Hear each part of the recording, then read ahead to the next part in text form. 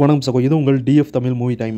Actor Vennila Kishore ஹீரோவை நடிச்சிருக்க sorry 111 அப்படிங்கிற தெலுங்கு படத்தை பற்றி தான் பார்க்க போகிறோம். ஃபர்ஸ்ட் இந்த படத்துடைய கதை என்னன்னு பார்த்துடலாம். படத்துடைய ஸ்டார்டிங்லேயே ஸ்டேட்டோடைய முதலமைச்சர் ருத்ர நேத்ரா அப்படிங்கிற ஒரு ஸ்பை சீக்ரெட் ஏஜென்சியை உருவாக்குறாங்க. இந்த ஸ்பை சீக்ரெட் ஏஜென்சியில் நம்ம ஹீரோ சாரியும் ஒன் ஆஃப் த ஏஜென்ட்டாக இருக்காரு. இவர் தான் 111. ஒரு குறிப்பிட்ட மாலில் மர்மமான ஒருத்தன் மனித வெடிகுண்டா மாதிரி வெடிஞ்சு சாகிறான். வித்தியாசமான கேஸை போலீஸ் விசாரிக்கிறாங்க. ஆனால் அவன் மாலுக்குள்ளே வரப்ப எந்த ஒரு வெடிகுண்டுமே அவன் எடுத்துகிட்டு வரல. இப்படி அவன் தானாகவே ஒரு மனித வெடிகுண்டா மாதிரி வெடிஞ்சு செத்தான் அப்படின்னு யாராலுமே கண்டுபிடிக்க முடியல. இந்த வினோதமான கேஸ் ருத்ரநேத்ரா அப்படிங்கிற ஸ்பை சீக்ரெட் ஏஜென்சிக்கு போது இந்த கேஸை நம்ம சார்லி 111 தான் விசாரிக்கணும் அப்படின்னு ஏஜென்சியில் சொல்லிடுறாங்க. இப்போ ஹீரோ சார்லி 111 இந்த கேஸை விசாரிக்க ஆரம்பிக்கிறாரு. அப்போ விசாரணையில் தெரிய வந்த உண்மைகள் என்ன அப்படியும் இதே மாதிரி மனித வெடிகுண்டுகளாக மாறி அட்டாக் பண்ணணும் அப்படிங்கிறவங்கள ஹீரோ தடுத்தாரா? இதுக்கு பின்னாடி இருக்கிற மெயின் வில்லன் யாரு? இதுக்காக வில்லன் இதெல்லாம் பண்றான் அப்படிங்கிறதெல்லாம் ஹீரோ கண்டுபிடிச்சாரா? அப்படிங்கிற இந்த எல்லா கேள்விக்கான பதிலையும் இந்த படத்தை பார்த்து நீங்க தெரிஞ்சுக்கங்க.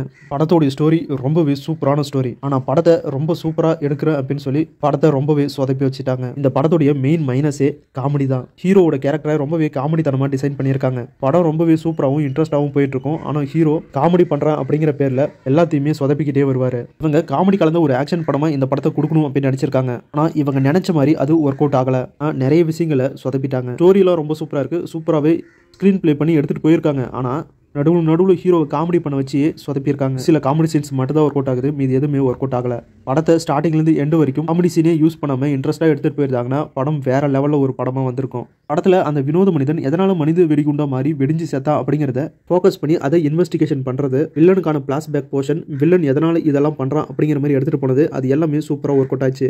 இது எல்லாமே பக்காவாக பண்ணவங்க படத்தில் காமெடி சீன் அப்படிங்கிற பேரில் வச்சு படத்தை சொதப்பிட்டாங்க. டோட்டலாக சொல்லணும்னா ஒரு சூப்பரான ஸ்பை சீக்ரெட் ஏஜென்ட் மூவியாக வர வேண்டிய படம் இவங்க பண்ண சொதப்பலால் ஒரு சுமாரான படமாக ரிலீஸ் ஆயிருக்கு. ஒரு தடவை பார்க்குற மாதிரியான ஒரு சுமாரான படம். இந்த படம் இப்போ தமிழில் ரிலீஸ் பண்ணியிருக்காங்க.